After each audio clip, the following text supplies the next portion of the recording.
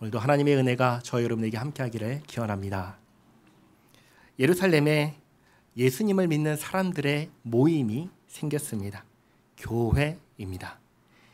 예루살렘에는 건물로서의 성전이 있지만 이제 하나님께서 거하시는 성전은 아닙니다. 하나님은 예수님을 믿는 사람들에게 임하셨습니다. 예수 믿는 사람들의 몸이 성전이고 예수님을 믿는 사람들의 모임이 교회입니다. 처음 교회는 함께 교회를 이루는 사람들의 필요를 서로가 서로에게 채워줬습니다. 누구도 강요하지 않았고 누구도 그렇게만 해야 한다라는 의무를 부과하지도 않았습니다.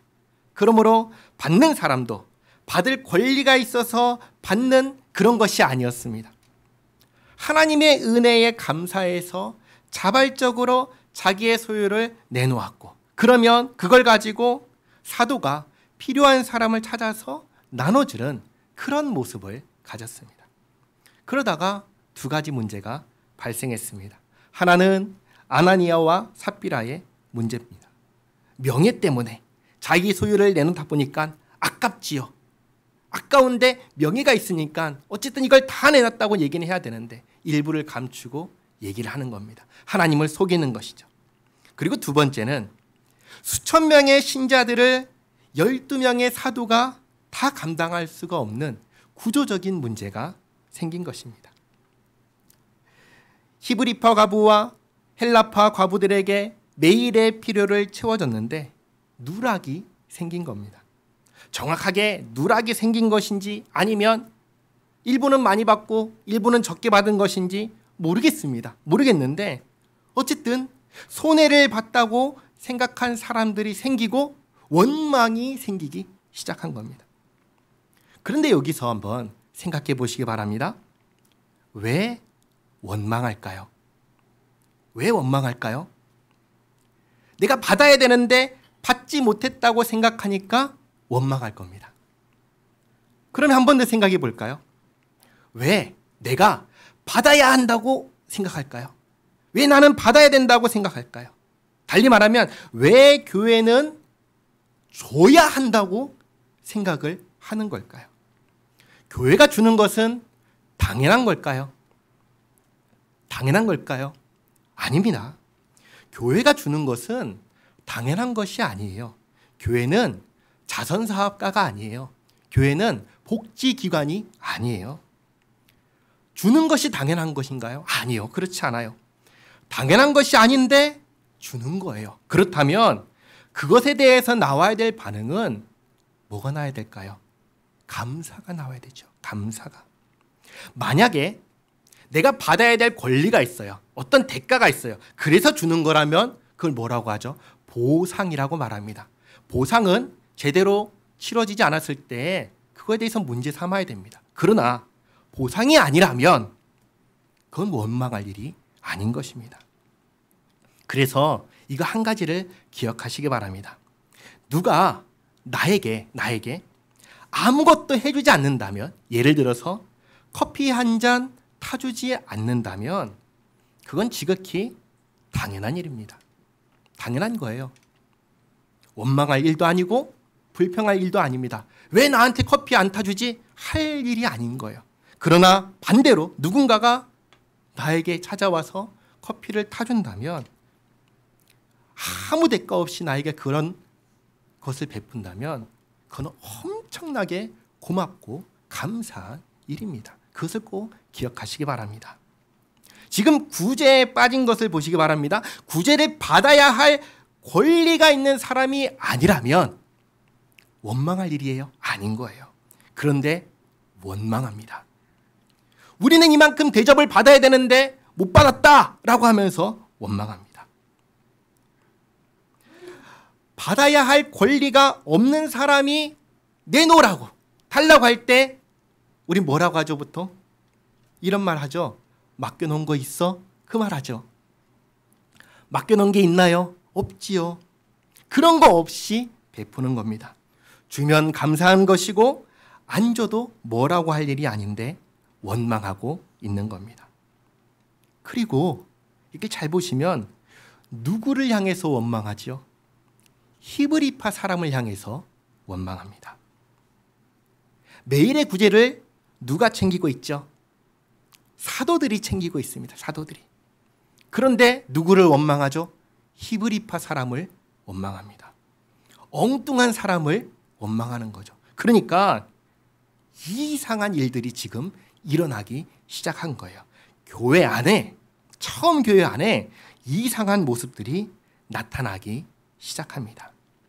사도들이 보니까, 가만 보니까 안 되겠습니다. 그래서 사도가 감당하던 일들 중에 일부를 맡기기 위해서 사람을 뽑았습니다.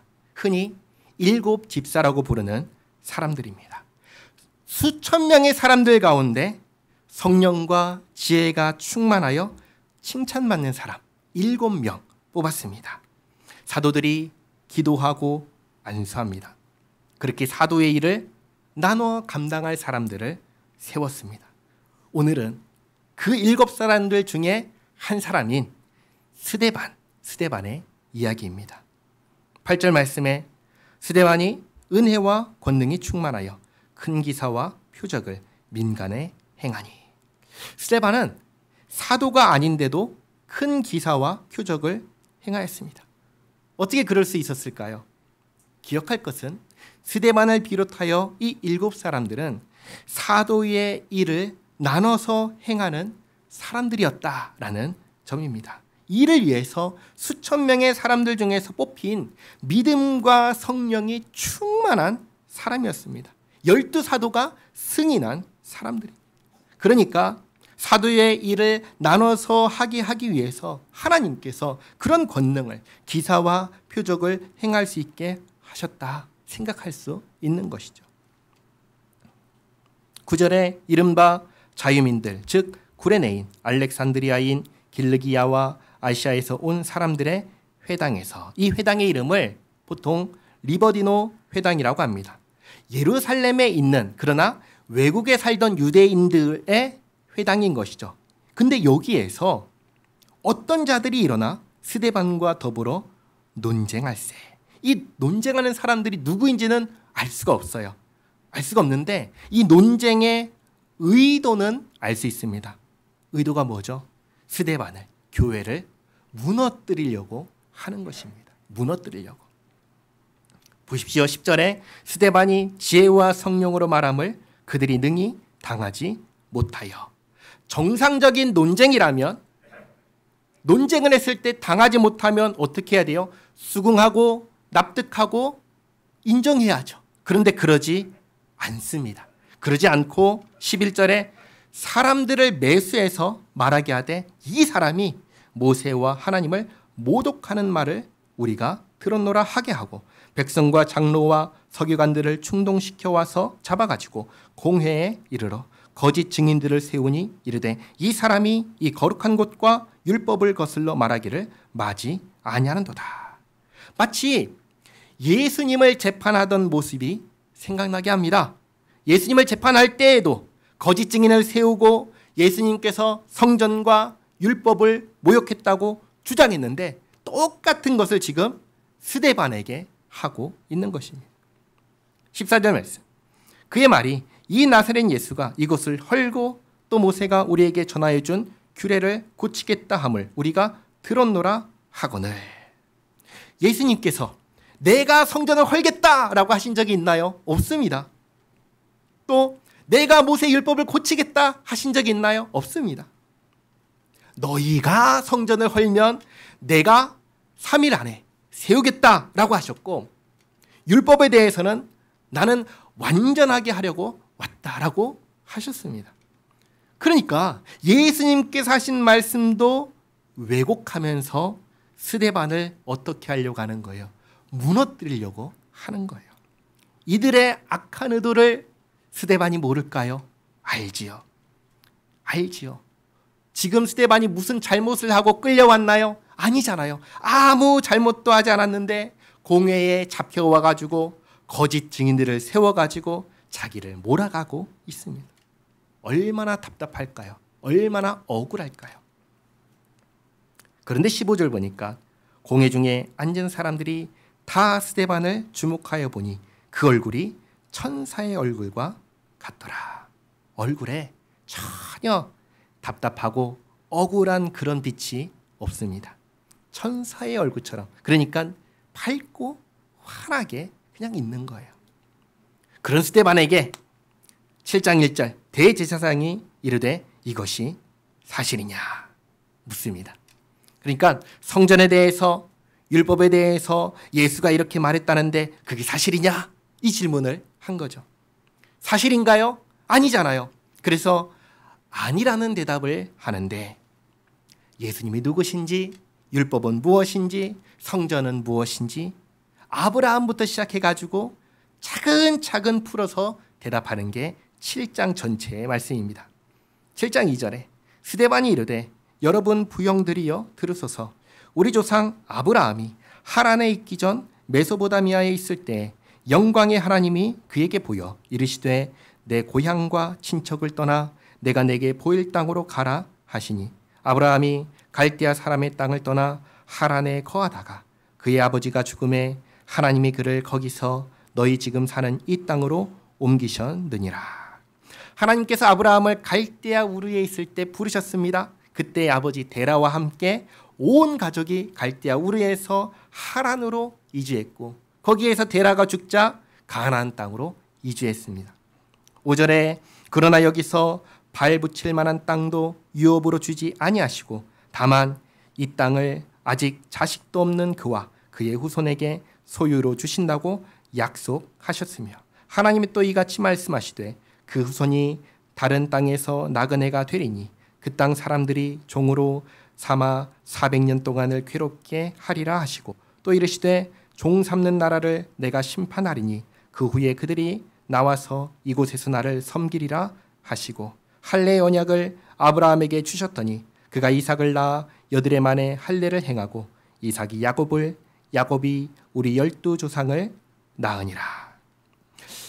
아브라함이 가나안 땅에 살 때 하나님께서 하늘의 별과 같은 후손과 이 땅을 주겠다고 약속을 하셨습니다. 아브라함의 후손이 애굽에서 400년을 살다가 나오게 될 것도 알려주셨습니다. 그리고 아브라함에게 이 약속의 표지로서 할례를 행하게 하셨습니다.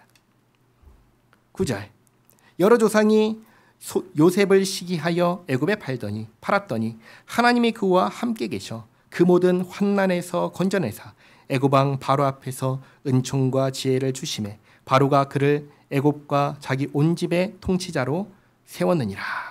하나님께서 말씀하신 대로 아브라함의 후손이 애굽에서 살게 하기 위해서 먼저 요셉을 보내셨습니다. 요셉을 애굽의 왕 다음으로 가는 2인자가 되게 하셨습니다. 그리고 11절에 그때에 애굽과 가나안 온 땅에 흉년이 들어 큰 환난이 있을세 우리 조상들이 양식이 없는지라. 야곱이 애굽에 곡식 있다는 말을 듣고 먼저 우리 조상들을 보내고 또 재차 보내매 요셉이 자기 형제들에게 알려지게 되고 또 요셉의 친족이 바로에게 드러나게 되니라. 하나님께서 요셉에게 지혜를 주셔서 7년의 풍년과 7년의 흉년을 잘 지나가게 하시고, 이때에 아브라함의 후손들이 애굽에 환대를 받으면서 환영을 받으면서 들어가 정착하게 하셨습니다.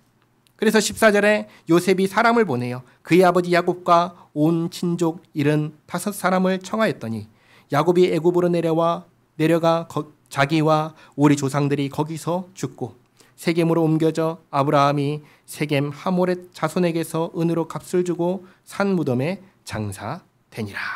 여기까지 요약하면 이겁니다. 하나님께서 아브라함을 부르시고 후손과 땅을 약속하시고 애굽에서 살게 하셨습니다.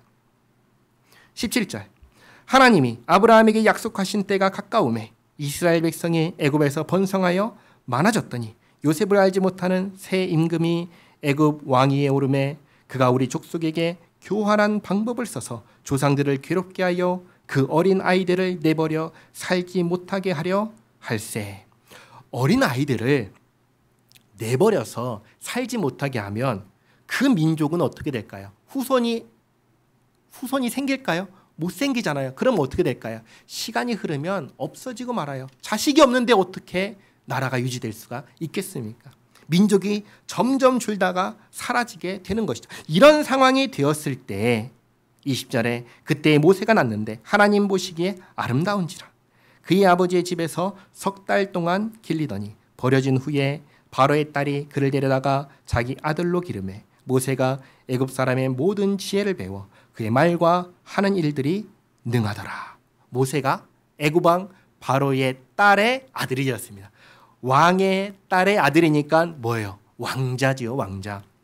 왕자가 되어서 바로의 궁에서 교육을 받고 자랐는데 23절 나이가 40이 되매 그 형제 이스라엘 자손을 돌볼 생각이 나더니 한 사람이 원통한 일 당함을 보고 보호하여 압제받는 자를 위하여 원수를 갚아 애굽 사람을 쳐 죽이니라. 그는 그의 형제들이 하나님께서 자기의 손을 통하여 구원해 주시는 것을 깨달으리라고 생각하였으나 그들이 깨닫지 못하였더라. 사실 하나님께서 아직 모세를 부르지 않으셨습니다. 모세 혼자서 하나님께서 나를 써서 이 백성들을 구원하려고 하실 거야 라고 혼자 그렇게 생각을 한 것이죠. 26절 이튿날 이스라엘 사람끼리 싸울 때 모세가 와서 화해시키려 하여 이르되 너희는 형제인데 어찌 서로 해치느냐 하니 그 동물을 해치는 사람이 모세를 밀어뜨려 이르되 누가 너를 관리와 재판장으로 우리 위에 세웠느냐. 이상하게도 모세는 바로의 딸의 아들로 소위 애굽의 왕자인데 왕자로 인정받지 못합니다. 또 이스라엘 동족에게도 인정받지 못했습니다. 그러면서 28절에 내가 어제는 애굽 사람을 죽임과 같이 또 나를 죽이려느냐 하니 모세가 이 말 때문에 도주하여 미디안 땅에서 나그네가 되어 거기서 아들 둘을 낳으니라. 40년이 참해 모세의 나이 80세에 천사가 시내산 광야 가시나무 떨기 불 곳 가운데에서 그에게 보이거늘 모세가 그 광경을 보고 놀랍게 여겨 알아보려고 가까이 가니 주의 소리가 있어 나는 내 조상의 하나님 즉 아브라함과 이삭과 야곱의 하나님이라 하신대 모세가 무서워 감히 바라보지 못하더라. 주께서 이르시되 내 발에 신을 벗으라 내가 서 있는 곳은 거룩한 땅이니라. 내 백성이 애굽에서 괴로움을 받음을 내가 확실히 보고 그 탄식하는 소리를 듣고 그들을 구원하려고 내려왔노니 이제 내가 너를 애굽으로 보내리라 하시니라. 비로소 하나님께서 모세를 부르신 거죠. 아까는 혼자 생각에 하나님께서 자기를 구원자로 세우셨다 생각했던 것이고 이제는 정말 하나님께서 세우신 것입니다. 그래서 35절에 그들의 말이 누가 너를 관리와 재판장으로 세웠느냐 하며 거절하던 그 모세를 하나님은 가시나무 떨기 가운데서 보이던 천사의 손으로 관리와 속량하는 자로서 보내셨으니 이 사람이 백성을 인도하여 나오게 하고 애국과 홍해와 광야에서 40년간 기사와 표적을 행하였느니라. 여기까지 요약하면은 하나님께서 아브라함에게 약속하신 그 약속을 지키기 위해서 모세를 부르셔서 약속대로 애굽에서 인도하여 내셨다라는 것입니다. 37절 이스라엘 자손에 대하여 하나님이 너희 형제 가운데서 나와 같은 선지자를 세우리라 하던 자가 곧 이 모세라. 시내산에서 말하던 그 천사와 우리 조상들과 함께 광야 교회에 있었고 또 살아있는 말씀을 받아 우리에게 주던 자가 이 사람이라. 지금 이제 아브라함을 얘기하고 아브라함의 약속을 얘기하고 모세를 이야기한 이유가 이제 나옵니다. 왜 모세를 얘기했냐면 하나님께서 모세를 통해서 이스라엘 자손에게 말씀하신 것이 세 가지가 있습니다. 세 가지. 첫째는 뭐냐면 하나님께서 나와 같은 선지자를 세울 것이다 라고 하신 거예요. 이게 첫 번째입니다. 두 번째는 뭐냐면 율법입니다. 율법. 살아있는 말씀을 받아 우리에게 주셨다. 모세를 통해 주셨다. 그리고 세 번째는 조금 이따가 볼 건데 44절에 있는 성막입니다. 성막. 이스라엘은 모세를 굉장히 중요한 사람으로 생각하고 있습니다. 문제는 중요하게 생각하지만 그렇다고 따르느냐?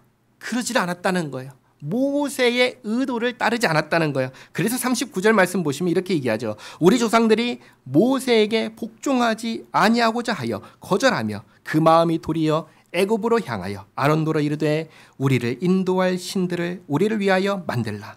애굽 땅에서 우리를 인도하던 이 모세는 어떻게 되었는지 알지 못하느라 하고 그때 그들이 송아지를 만들어 그 우상 앞에 제사하며 자기 손으로 만든 것을 기뻐하더니 하나님이 외면하사 그들을 그 하늘의 군대에 섬기는 일에 버려 두셨으니 이는 선지자의 책에 기록된 바 이스라엘의 집이여 너희가 광야에서 40년간 희생과 제물을 내게 드린 일이 있었느냐 몰록의 장막과 신 레판의 별을 받들었으며 이것은 너희가 절하고자 하여 만든 형상이로다 내가 너희를 바빌론 밖으로 옮기리라 함과 같으니라. 아멘. 애굽에서 나온 이스라엘이 하나님을 섬기겠다고 약속을 했지만 40일도 채 되기 전에 마음이 바뀌어서 우리는 애굽으로 돌아가겠다. 우리를 인도할 신을 만들라 한 것입니다. 하나님을 배신하고 하나님을 반역하고 약속을 깨뜨린 것입니다. 스데반이 이것을 지적하는 것이죠. 그리고 다음으로 말하는 것이 성막입니다. 광야에서 우리 조상들에게 증거의 장막이 있었으니 이것은 모세에게 말씀하신 이가 명하사 그가 본 그 양식대로 만들게 하신 것이라. 아까 하나님께서 모세를 통해 이스라엘에게 주신 것이 세 가지가 있다고 했습니다.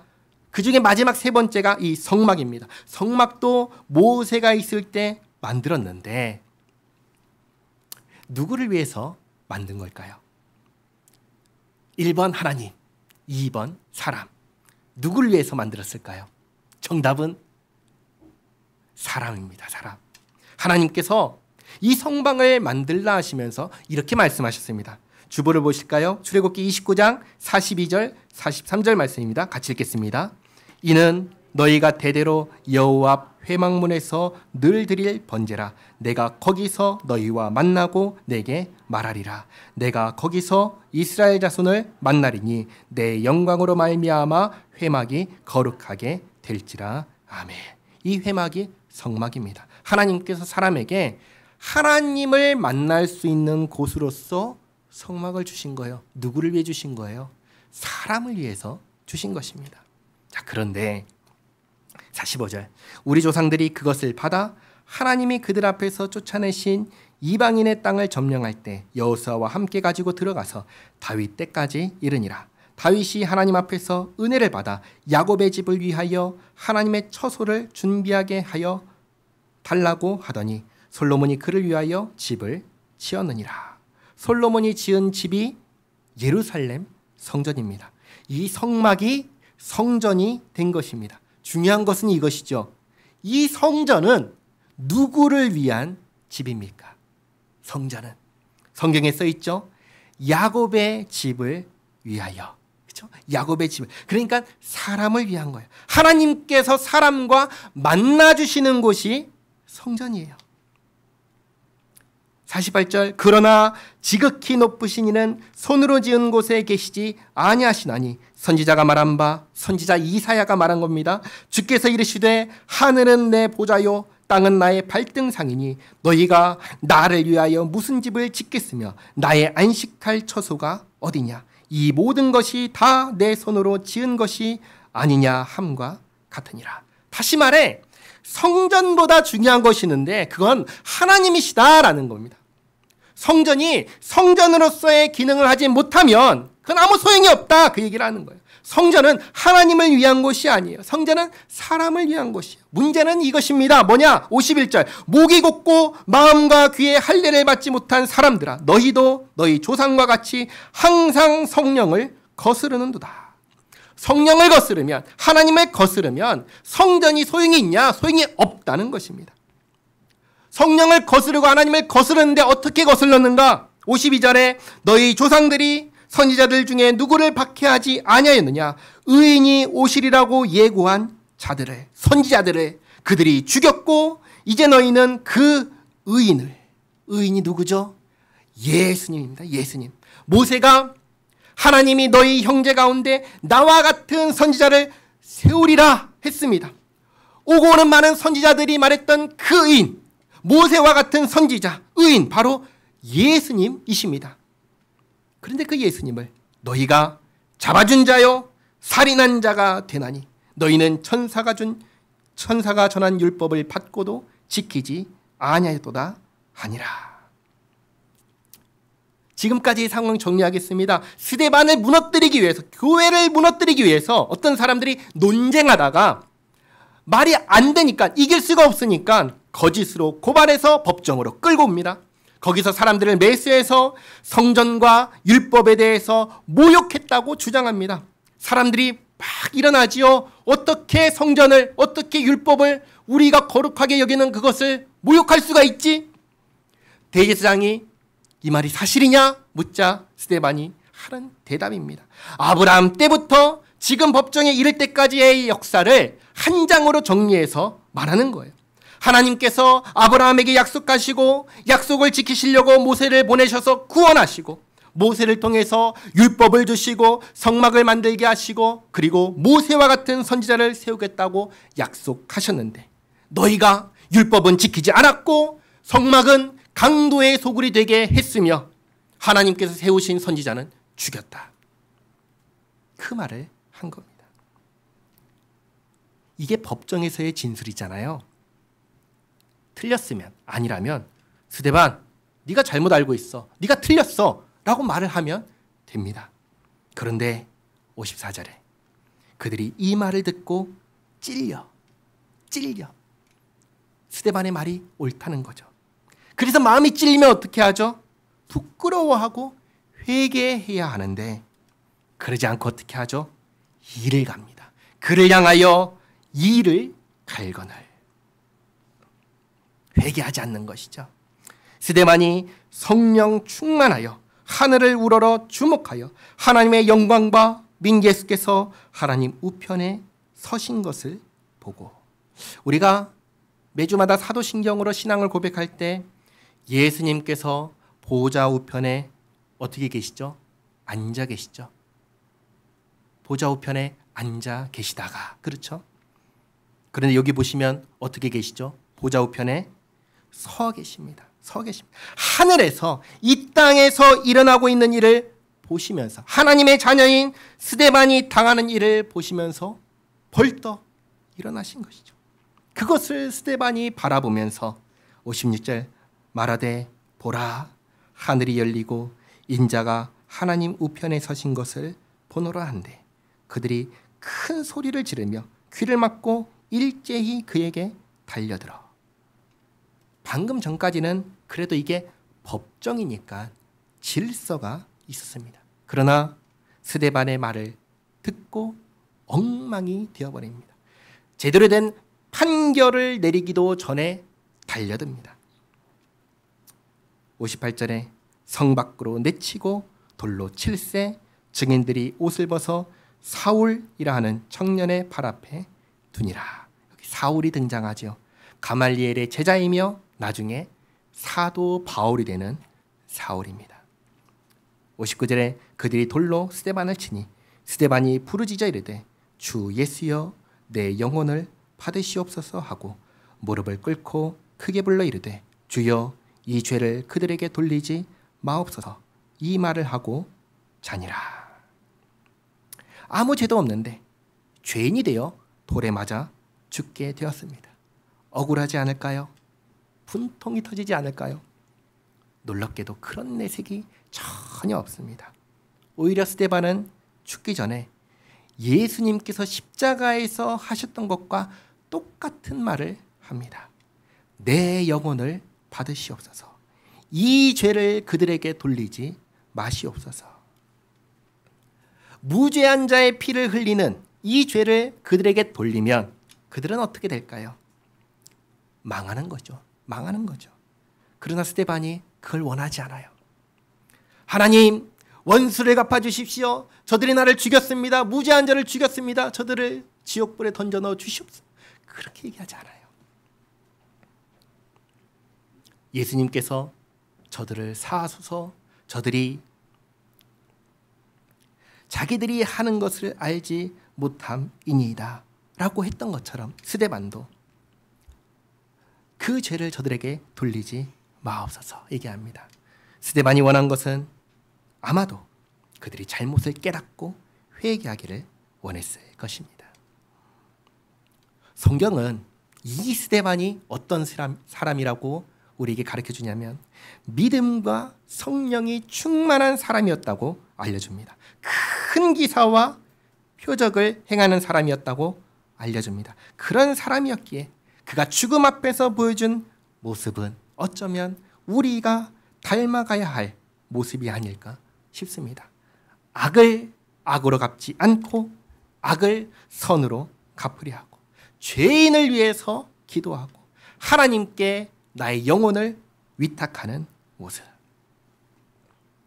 이렇게 피해를 입은 사람이 가해자를 용서하고 탄원하니까 하나님께서 들어주십니다. 그래서 기회를 주십니다. 이 기회를 얻어 회개하고 쓰임받게 된 사람이 누구인지 아세요?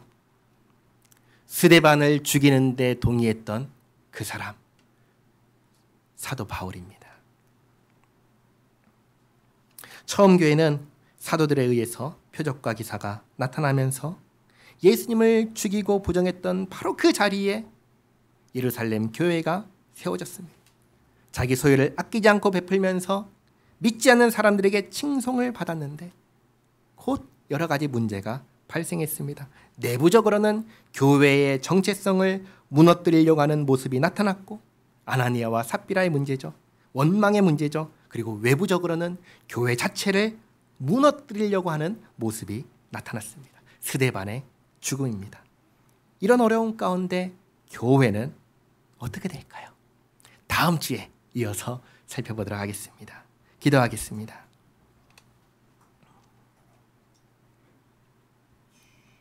좋으신 하나님, 오늘 교회를 무너뜨리려 하는 내적인, 외적인 도전들을 보았습니다.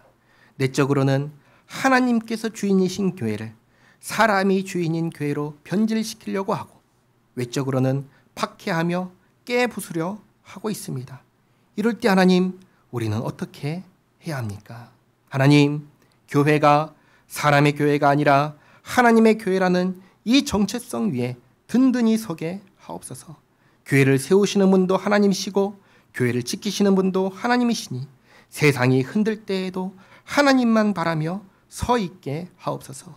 또 하나님, 교회를 박해할 때 맞서 싸우기보다 결국은 선한 길로 인도하시고 승리를 약속하시는 하나님만 의지하며 제 자리를 지키게 하옵소서. 죽음 앞에서 보좌에 서 계신 주님을 바라보며 저들에게 죄를 돌리지 마시길 간구한 스데반처럼 우리도 주님을 바라보며 주님의 백성된 정체성을 지키며 살게 하옵소서. 예수님의 이름으로 기도하옵나이다. 아멘.